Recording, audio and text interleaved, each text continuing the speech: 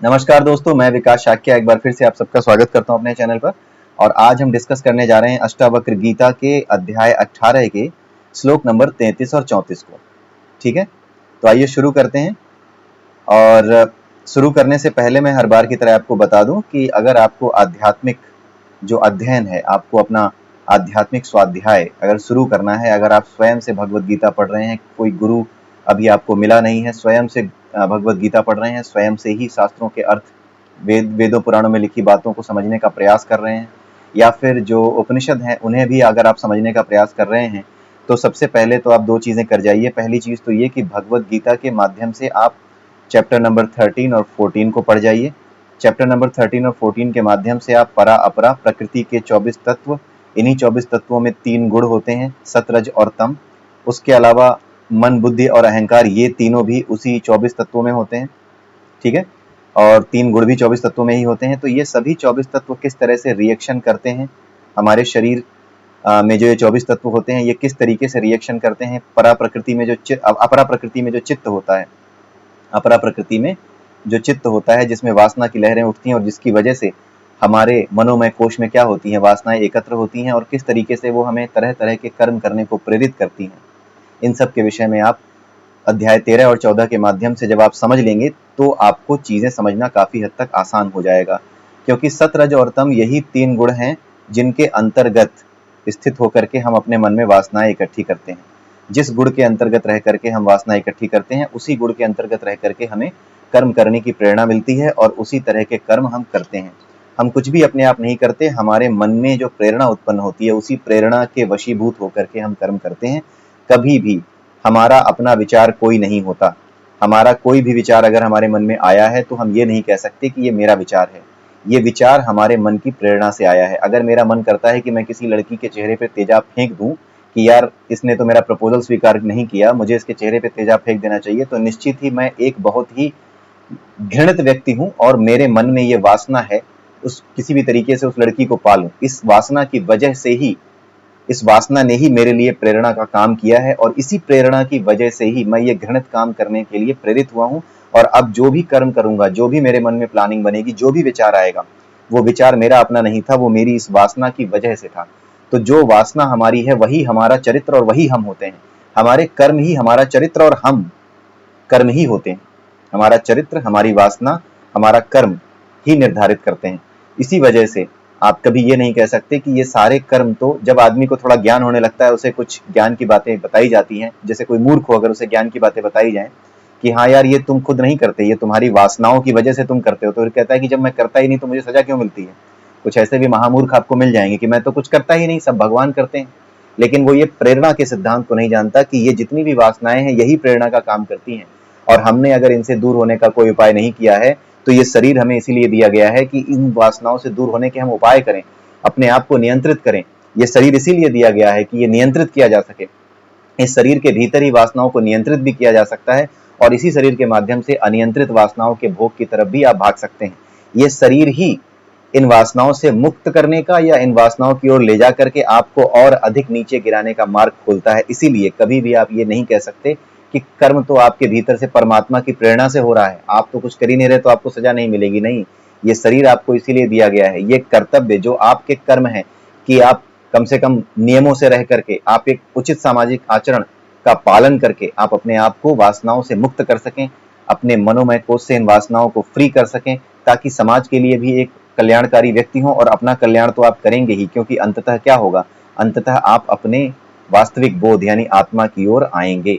इसीलिए कभी भी इस तरह के ज्ञान का कि हाँ भाई हमारे भीतर से सब कुछ ईश्वर ही करता है, इस तरह के ज्ञान का कभी भी ये मूर्खतापूर्ण अर्थ न निकाला जाए कि मैं तो कुछ करता ही नहीं हूं तो मैं तो कुछ भी कर सकता हूं। फिर जो प्रेरणा आपके मन में, वासना की जो प्रेरणा है, वही आपके कर्म बनते हैं और वही आपको रोकने हैं। अगर वो आपने नहीं रोके तो आपने शरीर के माध्यम से किए हैं, जिस माध्यम से किए हैं उसी माध्यम को दंड मिलेगा।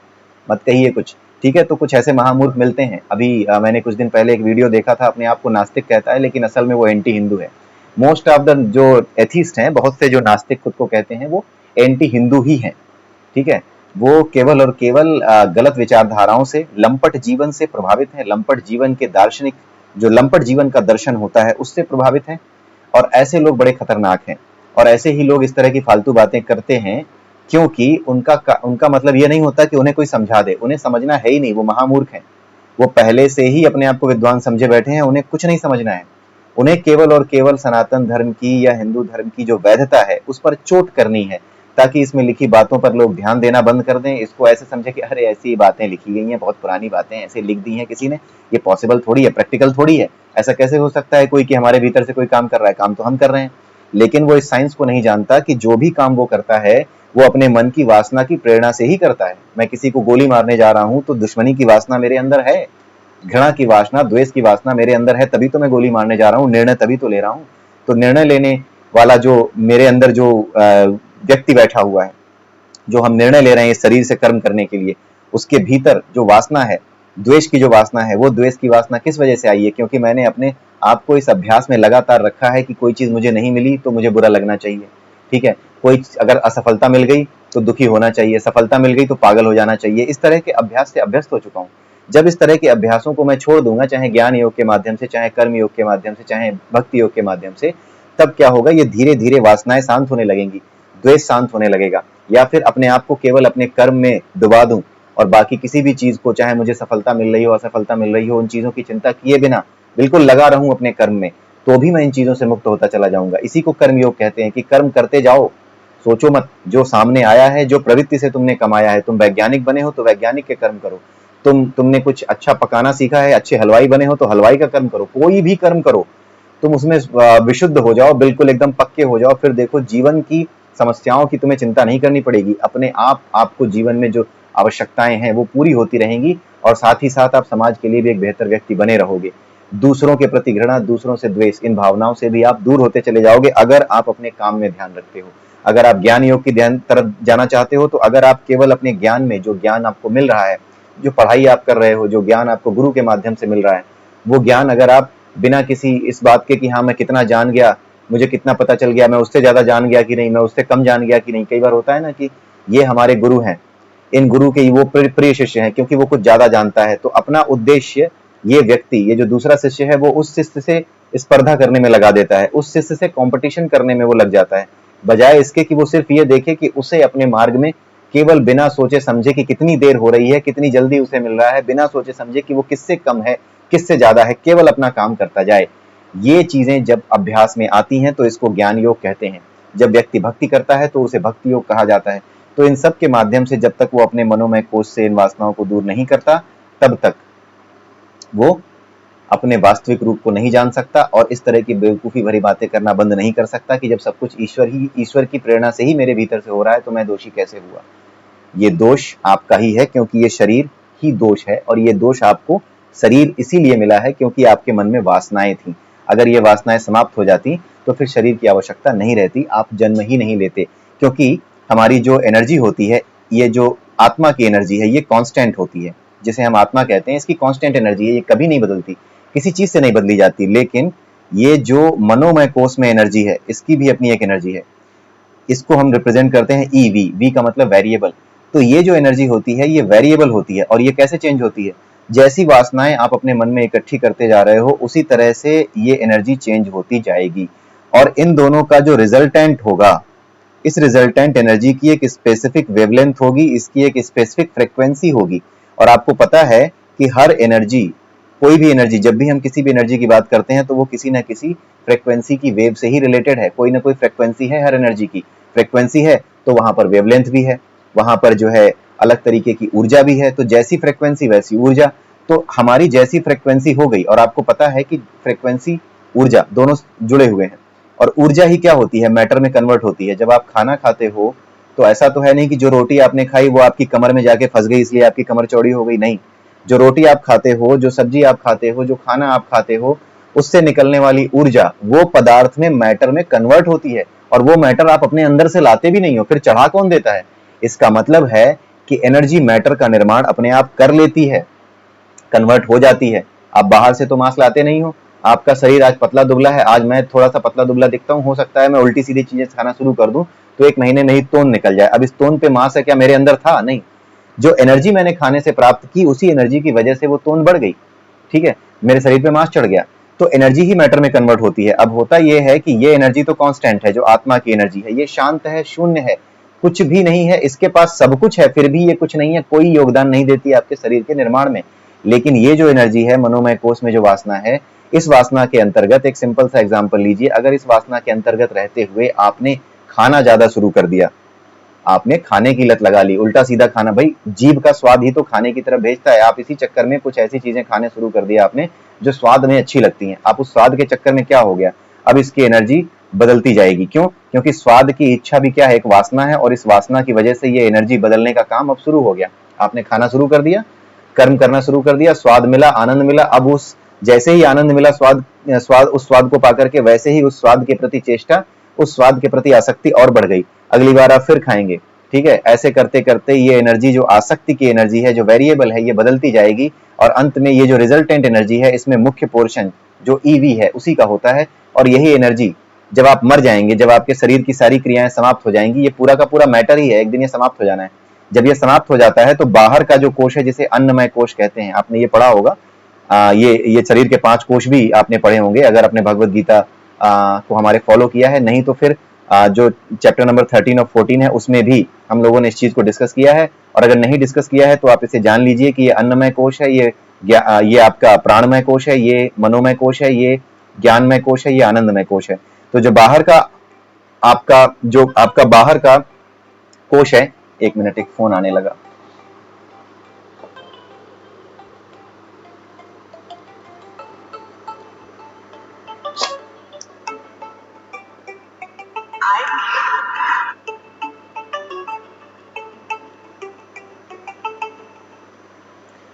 क्या बताया जाए, ठीक है। तो आपका जो बाहर का कोश है, जिसे हम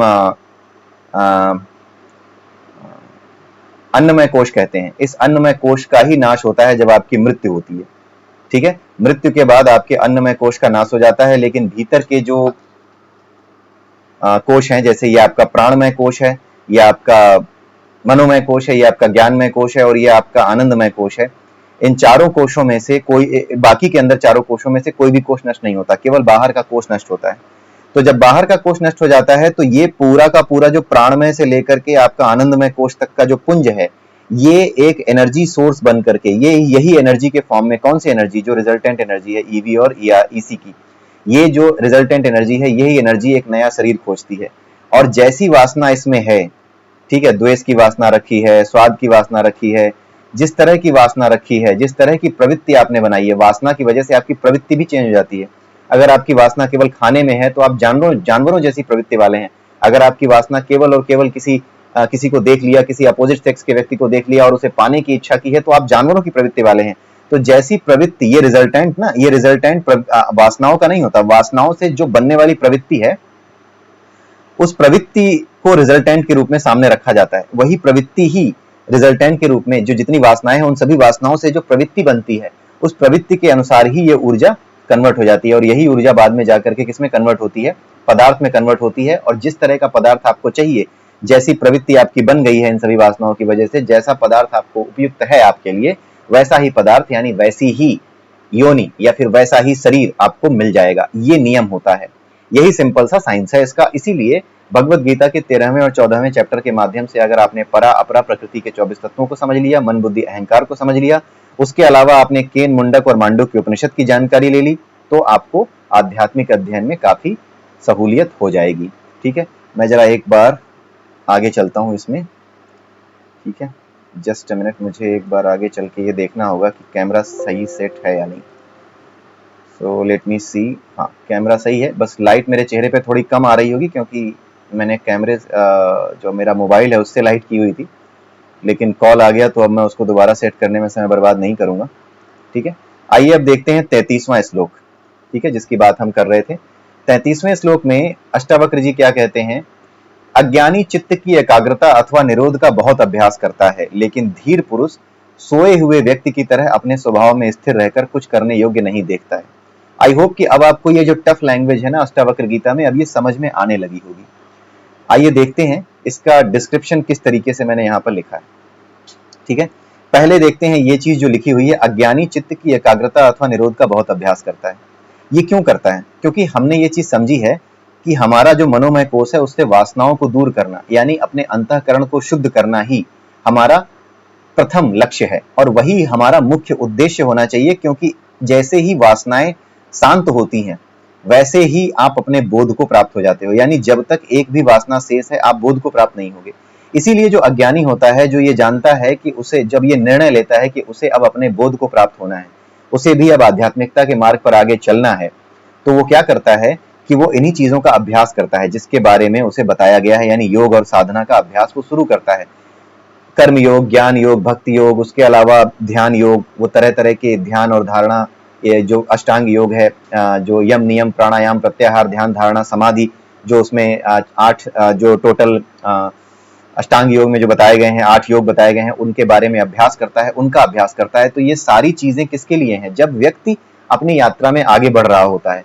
जब तक व्यक्ति अपनी यात्रा में आगे बढ़ रहा होता है तब तक वो अज्ञानी ही कहा जाता है, भले ही उसे ज्ञान होता जाए तो भी कोई बात नहीं। अगर उसे ज्ञान होता भी जा रहा है तो भी अल्टीमेटली वो अज्ञानी ही है, क्योंकि अभी उसका पूरा ज्ञान, जो वास्तविक ज्ञान है कि मैं आत्मा हूं, बस इतना ही है वास्तविक ज्ञान कि मैं आत्मा हूं। बस यही समझने के लिए सारी योग और साधना की विधियां, मोटी मोटी किताबें, बड़ी बड़े ग्रंथ, बड़े बड़े जो पुराण वेद, ये सारे लिखे गए हैं इसीलिए, ताकि आप बस इतनी सी बात समझ सकें कि आपका वास्तविक बोध, आपका वास्तविक रूप आत्मा का है, शरीर का नहीं है।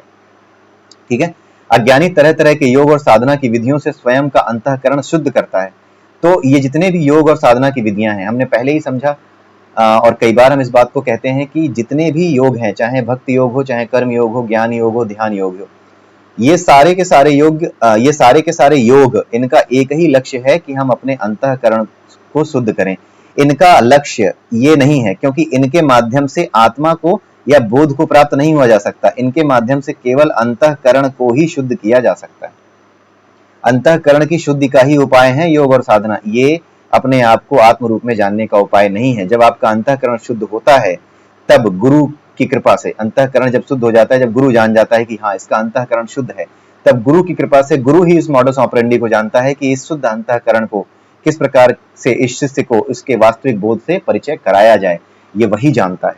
और जब आप जान जाते हो तो आप उस गुरु शिष्य परंपरा के अगले गुरु बन जाते हो, क्योंकि आपको भी पता चल जाता है उसके बाद। तो इसी प्रकार से गुरु शिष्य परंपरा के माध्यम से चीजें आगे बढ़ती जाती हैं। तो ईश्वर का जो वरदान है, जिसे गुरु कहते हैं, स्वयं ईश्वर की ऊर्जा जो है जिसे गुरु कहते हैं, वो पीढ़ी दर पीढ़ी इसी तरीके से अपने आप को आगे बढ़ाती जाती है। ठीक है। तो यहाँ पर यह बताया गया कि जो अज्ञानी होता है वो लगातार तप और साधना करता रहता है, लेकिन फिर भी उसका अंतःकरण शुद्ध जल्दी नहीं होता। उसके उस प्रयास में उसको बहुत श्रम लगता है, उसको बहुत मेहनत लगती है, क्योंकि अपने अंतःकरण से वासनाओं को शुद्ध करना ये बड़ा मुश्किल काम है। इसको आसान करने के लिए भगवान कृष्ण ने भक्ति, ज्ञान और ध्यान और कर्म योग ये सब बताए हैं, लेकिन भक्ति योग उसमें सबसे उत्तम बताया है। ठीक है, क्योंकि वो सीधे भावों से आपको परमात्मा से जोड़ता है। लेकिन जितने भी योग हैं इनसे केवल और केवल आपको अंतःकरण की शुद्धि होती है। इस शुद्धि के बाद ही आपका संपर्क इससे कराया जा सकता है, और वो केवल और केवल गुरु कराता है। ठीक है। तो ये जो अंतःकरण की शुद्धि है ना, इसमें बड़े प्रयास करने पड़ते हैं। कर्म करो, फल की चिंता मत करो। अगर आप कर्म योग में हो तो इस आदत को बनाने में, इस स्वभाव को प्राप्त करने में कि मैं कर्म कर रहा हूं लेकिन सफलता और असफलता मिली तब भी मैं दुखी नहीं हो रहा, ना ही पागलों की तरह सफल हो जाने पर पागलों जैसा बिहेव कर रहा हूं, ये सारी चीजें कर पाना बड़ा ही मुश्किल होता है। बड़ा मुश्किल से ये सब होता है। और एक वासना में घिरे व्यक्ति के लिए, जिसे अविश्वास हो शास्त्रों की बातों पर, शास्त्रों में लिखी बातों पर, भगवत गीता में लिखी बातों पर, उसके लिए सोचिए कितना मुश्किल होगा। वो केवल अभ्यास ही करता रह जाएगा, लेकिन जब तक विश्वास उसे नहीं होगा, जब तक गुरु उसे प्राप्त नहीं होगा, तब तक वो आगे नहीं बढ़ पाएगा। लेकिन जो धीर पुरुष होता है उसके लिए एक बात कही गई है कि जो धीर पुरुष होता है वो सोए हुए व्यक्ति की तरह अपने स्वभाव में स्थिर रहकर कुछ करने योग्य नहीं देखता। सोए हुए व्यक्ति की तरह क्यों कहा गया है? जब आप सो रहे होते हैं तब भी आप जीवित होते हैं। जब आप सो रहे होते हैं तो वही आपका स्वभाव होता है कि आप अपने आप से कुछ नहीं कर रहे होते। आपकी सांस चल रही होती है, आपका जो हृदय है वो धड़क रहा होता है, आपके फेफड़े गति कर रहे होते हैं। ठीक है, आपके फेफड़े गति कर रहे होते हैं। आप कोई श्रम नहीं करते इन चीजों को करने के लिए। तो जो कुछ स्वभाव से हो रहा है बस उतना ही सोते समय होता है। यही बात यहाँ पर अष्टावक्र जी कह रहे हैं कि जिस तरह से सोता हुआ व्यक्ति जितने भी काम कर रहा होता है, यानी दिल धड़क रहा होता है, वो सांस ले रहा होता है, ठीक है, ये जितने भी काम है ये स्वभाव से हो रहे होते हैं। इनमें से वो कुछ भी नहीं कर रहा होता, क्योंकि वो तो सो रहा होता है।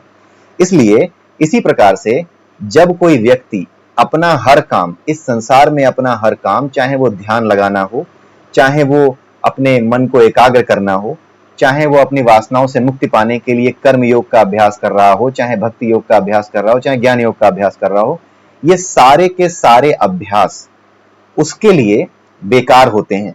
वो जानता तो है कि वो कर सकता है, वो करता भी है अभ्यास, लेकिन फिर भी वो इस अभ्यास में लिप्त नहीं होता। वो कहता है कि ठीक है, अभ्यास करना आवश्यक है, अभ्यास में बने रहना आवश्यक है, क्योंकि जब तक ये शरीर है तब तक शरीर में मन भी है, सब कुछ है। और इसी वजह से अगर हम अभ्यास छोड़ देंगे तो हो सकता है कि अपने आप को आत्म रूप में महसूस करने के बाद भी हम, गुरु कृपा मिलने के बाद भी हो सकता है हम भटक करके इसी संसार में वापस चले जाएं, क्योंकि हमारे पास शरीर है और इस शरीर में क्या है, मनोमय कोश है और चित्त की लहरें इस संसार में चल रही हैं, वो आपको दोबारा घसीट सकती हैं। इसीलिए वो अभ्यास करता है, लेकिन वो जानता है कि इनका उपयोग अब मेरे लिए नहीं रह गया है, बस इतनी चीज है। यानी अपनी वर्तमान स्थिति में वो इन्हें जरूरी नहीं समझता, लेकिन इनका महत्व इतना ही है कि वर्तमान स्थिति हो चाहे जो भी हो, इनका अभ्यास करते रहना, इस स्थिति में बने रहना हमेशा इसलिए जरूरी है ताकि आप फिर से वासनाओं में न उलझ जाएं, जो कि भगवान कृष्ण ने भगवद गीता में कहा है कि अगर आप अभ्यास करके सिद्ध हो भी जाते हैं तो भी आपके गिरने की संभावना बनी रहती है। ये जो हमारा अध्याय 6 है भागवत गीता का, अध्याय 6 जिसका नाम है ध्यान योग, तो उस ध्यान योग वाले चैप्टर में आप इस चीज को पा जाएंगे जो बात अभी हम समझ रहे हैं। तो ध्यान योग के माध्यम से आप इस बात को समझ सकते हैं, वहां पर ध्यान योग के चैप्टर के माध्यम से वहां इसको समझाया गया है। ठीक है, तो वहां पर यही बताया गया है कि जो व्यक्ति अभ्यास करता है वो जितना लेवल तक ऊपर उठ जाता है, जितने लेवल तक वासनाओं को समाप्त कर पाता है, उतने लेवल तक की एनर्जी उसकी बदल जाती है और उसी के अनुसार वो नया शरीर अगले जन्म में ऊंचे लोकों में प्राप्त करता है। ऊंचे लोकों का मतलब यह है कि इसी ब्रह्मांड में, इसी यूनिवर्स में ऊंचाई पर अलग अलग फ्रिक्वेंसी के लोक हैं, अलग लोक हैं। हर लोक की एक अलग फ्रिक्वेंसी है। जैसे अर्थ है ना, अर्थ की भी अपनी एक निश्चित फ्रिक्वेंसी है और हम सब की फ्रिक्वेंसी उसी अर्थ की फ्रिक्वेंसी से मैच खाती है, तभी हम यहाँ पर मैच होते हैं, यहाँ पर हम जन्म लेते हैं। उसी तरीके से ऊपर के लोगों की अलग ही फ्रिक्वेंसी है, बहुत हाई हो सकती है जिसे हम संभाल भी ना पाए। तो उतनी हाई फ्रिक्वेंसी के लोकों में ये तब जाता है जब ये अपनी फ्रिक्वेंसी को हाई करता है, यानी अपने मन से, मनोमय कोश से वासनाओं को समाप्त करता है। जितनी वासनाएं आप समाप्त करेंगे उतना ही ज्यादा फ्रिक्वेंसी पवित्र होती जाएगी, उतना ही ज्यादा आप ऊंचे लोकों को उठते जाओगे। ठीक है, हल्के हो जाओगे तो ऊपर उठ जाओगे, तो वासनाओं का बोझ कम कीजिए, आप हल्के उठेंगे तो ऊपर के लोगों को जाएंगे। यही समझाया गया है ध्यान योग वाले चैप्टर में भगवद गीता में। ठीक है, तो आई होप कि आपको ये श्लोक समझ में आया होगा। अच्छा श्लोक है, लेकिन अब आप इस कठिन लैंग्वेज को समझने लगे होंगे अगर आप लगातार हमारे साथ बने हुए हैं, क्योंकि ये इतनी कठिन अब नहीं रह गई होंगी आपके लिए। ठीक है, आइए अब देखते हैं 34वां श्लोक। 34वां श्लोक भी लगभग वैसा ही है जो अभी हमने 33वां श्लोक देखा, उसके जैसा ही है। इसमें यह कहा जा रहा है कि अज्ञानी पुरुष प्रयत्न अथवा अप्रयत्न से निवृत्ति को प्राप्त नहीं होता। ये वही बात है कि जो अज्ञानी पुरुष है, ठीक है, पहली लाइन आप देखिए, अज्ञानी अपनी यात्रा, यात्रा यानी आध्यात्मिक यात्रा, स्वयं को आत्मा के रूप में जानने की यात्रा, इस यात्रा को करते समय वो तरह तरह की विधियों और तरह तरह की साधनाओं का सहारा लेता है, जो अज्ञानी होता है। ठीक है, लेकिन जब तक तत्वज्ञानी संत उसके अभ्यास में साथ नहीं आता, यानी वो कितना भी अभ्यास करता रहे, चाहे कर्म योग का, चाहे भक्ति योग का, चाहे ज्ञान योग का, कितना भी अभ्यास कर ले, लेकिन जब तक उसे सद्गुरु की प्राप्ति नहीं होती तब तक वो अपनी चित्त की वृत्तियों का निरोध पूरी तरह से नहीं कर सकता। गुरु जब ये जान जाता है कि ये अपने प्रयास में आगे बढ़ रहा है, लेकिन अभी भी घड़ा कच्चा है, अभी भी अंतःकरण में वासना है, यानी मनोमय कोश में वासना है, तो होता क्या है कि वो उसका साथ देता है और वो उसके साथ रह करके उसकी वासनाओं को शुद्ध करने में उसकी मदद करता है। और जब वो पूरी तरह शुद्ध हो जाता है, जब वो जान जाता है कि घड़ा पक गया है, तब वो उसकी मुलाकात उससे ही करवा देता है। ठीक है, कहीं बाहर नहीं है आपका परमात्मा, भीतर ही है। ठीक है, तो अज्ञानी जो होता है वो, चाहे, यही बताया जा रहा है यहाँ पे, गुरु का महत्व ही स्पष्ट किया जा रहा है। ठीक है, आप चाहे जो अज्ञानी होता है, अज्ञानी की परिभाषा हमने देखी, अज्ञानी वो नहीं इसे कुछ ना आता हो, अज्ञानी वो भी है जो यात्रा में हो, अभी पूरी तरह से अंतःकरण जिसका शुद्ध ना हुआ हो, वो भी अभी अज्ञानी ही है। ठीक है, जब तक आप प्री, मेंस और इंटरव्यू क्वालिफाई नहीं कर लेते तब तक आप आईएएस नहीं बनते। केवल प्री क्वालिफाई कर लेने से आप आईएएस नहीं हो गए, आपको सारा का सारा जो सफर है, वो पूरा सफर आपको, पूरी यात्रा आपको पूरी करनी होगी। तो ये जो यात्रा पूरी करने का तरीका है, ये पूरी करवाने में जब तक संत उसके साथ नहीं आता तब तक वो केवल इन साधनों से, यानी ये ऐसा नहीं है कि इनका कोई महत्व नहीं है, ज्ञान योग, कर्म योग या भक्ति योग का महत्व नहीं है, महत्व है, लेकिन केवल इनके माध्यम से आप अपनी चित्त की निवृत्ति नहीं कर सकते। ये आपको इस लायक बना सकती हैं कि आप गुरु के प्रति श्रद्धावान हो जाएं। ठीक है, ये विधियां आपको गुरु के प्रति श्रद्धावान बना सकती हैं, आप गुरु को सब कुछ मानने लगे इस लायक बना सकती हैं, लेकिन अंतःकरण की पूरी शुद्धि गुरु ग्रहण करने के बाद ही होती है। असल में गुरु आपको ग्रहण करता है, आप गुरु को ग्रहण नहीं करते। ये एक नियम है। आपकी फ्रीक्वेंसी और गुरु की फ्रीक्वेंसी जब मैच होने लगती है तो गुरु उस फ्रीक्वेंसी के साथ कनेक्ट हो जाता है, आपको गुरु ग्रहण करता है, वो फ्रीक्वेंसी अपने आप आपसे कनेक्ट होती है। आपको लगता है कि सब कुछ आपने किया है या सब कुछ गुरु ने किया है वो आपसे मिले, लेकिन ये संयोग नहीं होता, ये सब प्लान्ड है।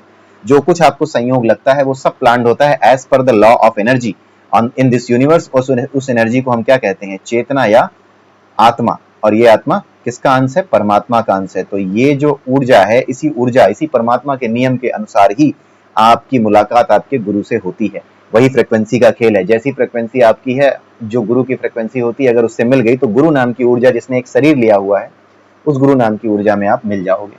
ठीक है, उससे संपर्क आपका हो जाएगा, वो आपको मिल जाएगा।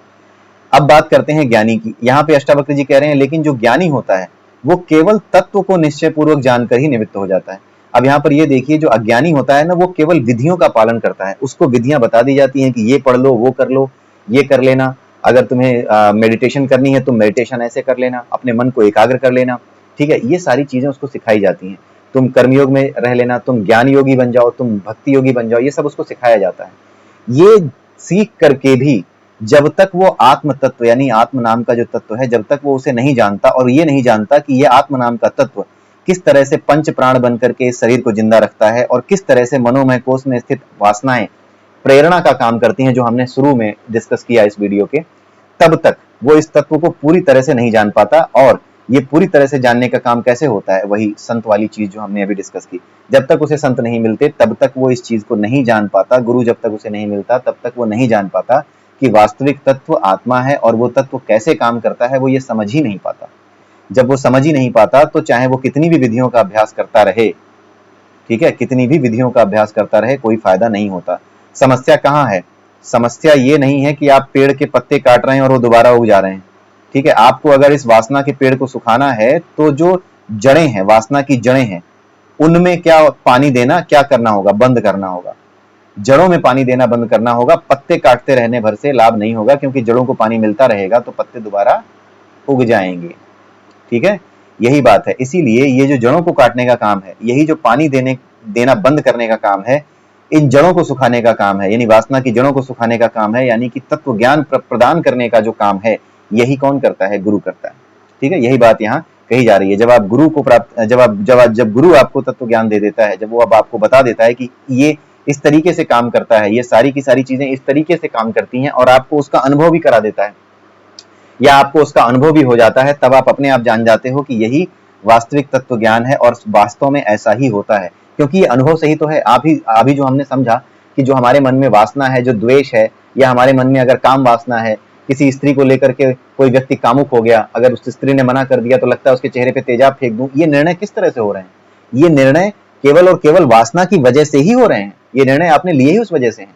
तो ये अनुभव है, ये अनुभव तो आप अपने आप कर सकते हो। तो जब इस अनुभव को आप जान जाते हो और गुरु भी आपको ये बता देता है कि हाँ ये इसी तरीके से काम करता है, तब आप पूरी तरह से सिंक में आ जाते हो, ट्यूनिंग हो जाती है गुरु से पूरी। और जैसे ही आपको इसका पूरा विश्वास हो जाता है, वैसे ही आप इन विधियों और साधनाओं के महत्व को जान जाते हो कि इनका अब महत्व मेरे लिए नहीं रह गया, लेकिन जो लोग अज्ञानी हैं, जो अभी अपनी यात्रा शुरू नहीं कर पाए हैं, उनके लिए इसका महत्व है और उनके लिए बहुत जरूरी है ये करना, ताकि वो अपने मनोमय कोश में से वासनाओं को निकाल के फेंक सकें, अपने मनोमय कोश को शुद्ध कर सकें। ठीक है, यही चीज है। तो आई होप कि आपको ये श्लोक दोनों समझ में आए होंगे। अगले वीडियो में हम फिर मिलेंगे, तब तक के लिए जय श्री कृष्णा, जय श्री राधे, जय सिया राम।